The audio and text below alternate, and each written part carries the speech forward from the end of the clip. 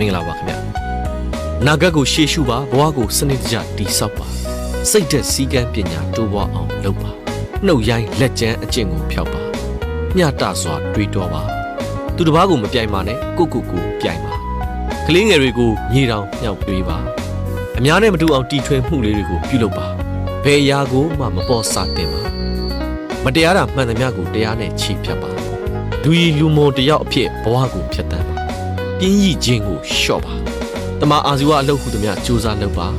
သူတစ်ပါးအနာကိုမစွသင့်ပါခေါင်းဆောင်ကောင်းဖြစ်အောင်စူးစမ်းပါပြဿနာတိုင်းကိုမီးမမွှေးသင့်ပါမိမိကိုယ်နားလည်ပါလောကကြီးကိုစိတ်မပြတ်သင့်ပါလှုပ်ချင်ရလှုပ်ပြီးကံကိုအပြစ်ပုံမချသင့်အမြင်ကျပါဘေးပတ်ဝန်းကျင်ကိုနားဆွင့်ပါပညာကုံဥစ္စာကုံမမောက်သင့်ပါမာနမကြီးသင့်ပါအနန္တောအနန္တ၅ပါးကိုဥထိတ်ထားပါပန်းပြိုးလက်ဖြစ်အောင်စူးစမ်းပါ